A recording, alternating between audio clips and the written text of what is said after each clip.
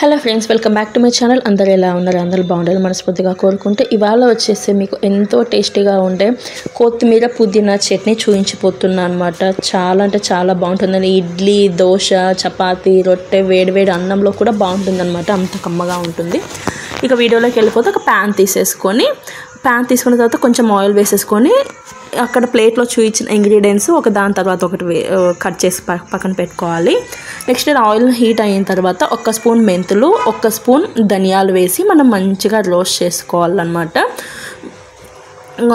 ఆ పచ్చివాసన పోయే వరకు మనం మంచిగా రోస్ట్ చేసేసుకొని చూడండి. అదో టమాటా, చింతపండు, పుదీనా, కొత్తిమీర, పచ్చిమిర్చి తరిగి పెట్టుకున్నాను అనమాట. ఒక దాని తర్వాత వేసుకోవాలన్నమాట. నెక్స్ట్ పచ్చిమిర్చి వేసుకొని కొంచెం రోస్ట్ అయిన తర్వాత టమాటా వేసుకోవాలి. టమాటా కొంచెం రోస్ట్ అయిన తర్వాత కరివేపాకు, కొత్తిమీర, పుదీనా గుప్పెడు మనం ముందుగానే నీట్గా వాష్ చేసి పెట్టుకుంటాం కదండి. అవన్నీ వేసుకొని ఒక దాని తర్వాత ఒకటి వేసుకొని మంచిగా కలుపుకోవాలన్నమాట. కొంచెం అందులోకి చింతపండు వేసుకోవాలి. కొంతమంది మొత్తం దించిన తర్వాత వేసుకుంటారు, నేను ముందే వేసుకుంటాను. కొంచెం పసుపు యాడ్ చేసుకొని మంచిగా కలుపుకుంటున్నాను అనమాట. ఇవి వచ్చేసి తొందరగా మగ్గిపోతాయి. మనం ఎలా చేసుకోవచ్చు అంటే ఇలా అయినా చేసుకోవచ్చు, లేకపోతే ఒక దాని తర్వాత ఒకటి ఫ్రై చేసుకోవచ్చు. ఫస్ట్ పచ్చిమిర్చి, తర్వాత టమోటో, అట్లా ఫ్రై కూడా చేసుకోవచ్చు. నేనైతే ఇలా చేస్తాను. కొంచెం సాల్ట్ వేసుకోవాలి.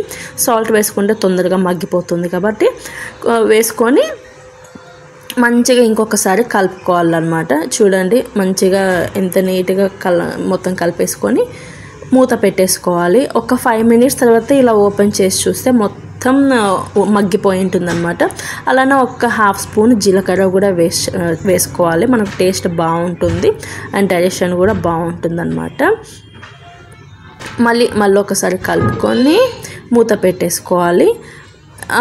మిగతాది ఏమన్నా వాటర్ కంటెంట్ ఉంటే అదంతా ఎవాపరేట్ అయిపోతుంది అనమాట. చూడండి, ఒక్క చుక్క నీళ్ళు కూడా లేకుండా మొత్తం ఆయిల్ అనేది చుట్టుపక్కల మనకు తేలుతుందనమాట.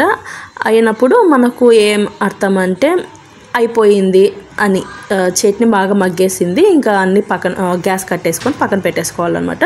ఒక మిక్సీ జార్లో తీసుకొని మంచిగా బ్లెండ్ చేసుకోవాలి. ఒకసారి ఉప్పు అడ్జస్ట్ చేసుకొని చూసుకోండి.